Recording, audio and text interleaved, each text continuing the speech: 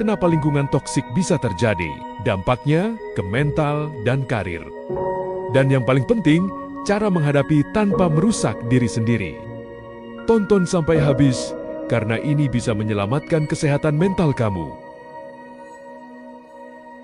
Pernah nggak sih kamu ngerasa capek? Bukan karena kerjaannya, tapi karena orang-orang di sekitarnya.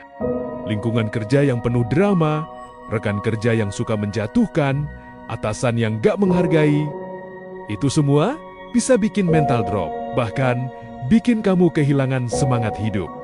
Dan yang paling bahaya, banyak orang menganggap ini normal. Padahal, itu bukan normal, itu toksik. Di video ini, kita bakal bahas secara realistis kenapa lingkungan toksik bisa terjadi, dampaknya ke mental dan karir. Dan yang paling penting, cara menghadapi tanpa merusak diri sendiri. Tonton sampai habis, karena ini bisa menyelamatkan kesehatan mental kamu.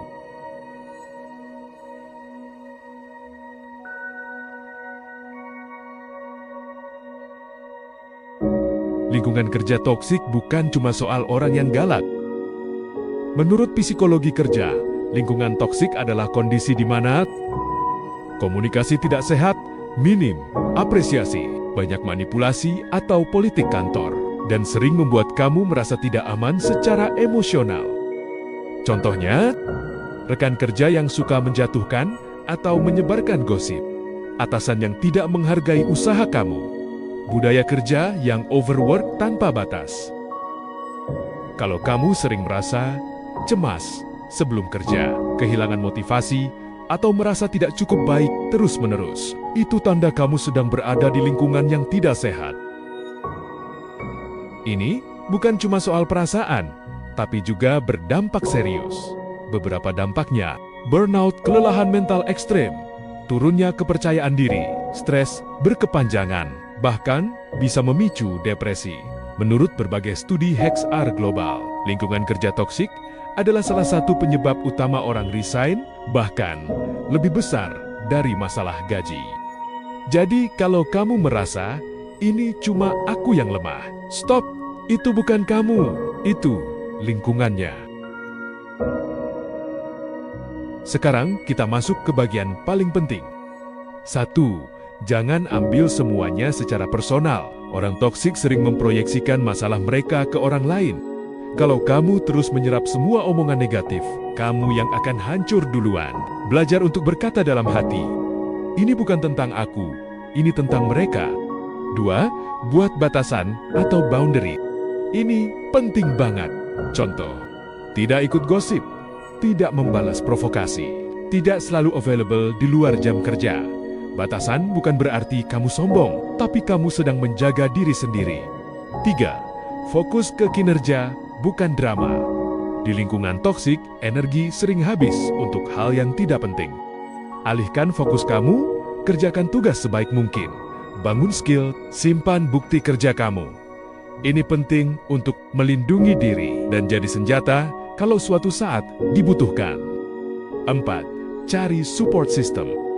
Jangan hadapi sendirian. Bisa dari teman kerja yang positif, teman di luar kantor, atau keluarga. Kadang, yang kita butuhkan bukan solusi, tapi didengar. 5. Dokumentasikan hal penting. Kalau ada perlakuan tidak adil, simpan email.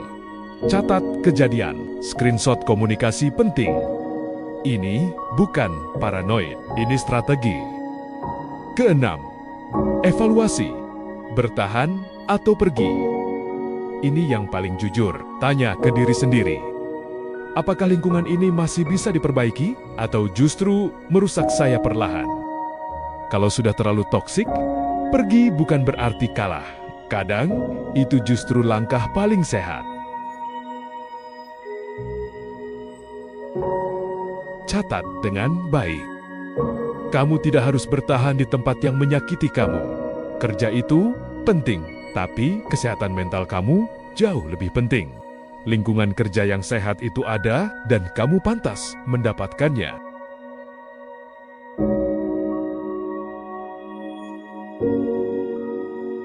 1. Kelola reaksi emosional. Abaikan perilaku. Jangan terbawa arus drama atau perkataan negatif mereka. Kontrol emosi. Pelajari teknik menahan amarah dan stres. Jangan personal. Sadari bahwa perilaku mereka adalah cerminan diri mereka sendiri, bukan diri Anda. Kedua, fokus pada diri sendiri dan solusi. Tingkatkan kepercayaan diri dan pertahankan nilai-nilai pribadi Anda. Fokus pada solusi, bukan pada masalah atau kesulitan berinteraksi dengan mereka. Lakukan hobi atau cari lingkungan baru yang lebih sehat dan positif. Menghadapi orang toksik memerlukan konsistensi dalam melindungi energi Anda, seringkali dengan meminimalkan keterlibatan emosional. Kalau kamu sedang berada di lingkungan kerja toksik, kamu nggak sendirian. Dan kamu punya pilihan. Kalau video ini relate sama kamu, share ke teman kamu yang mungkin juga sedang berjuang diam-diam. Dan tulis di komentar, bertahan atau pergi. Kita diskusi bareng di sana. Dukung terus channel ini dengan cara like video ini, share ke teman dan keluargamu, dan jangan lupa subscribe agar channel ini terus memberikan video bermanfaat untuk kalian semua. Sekian dan terima kasih sudah menonton video ini sampai selesai.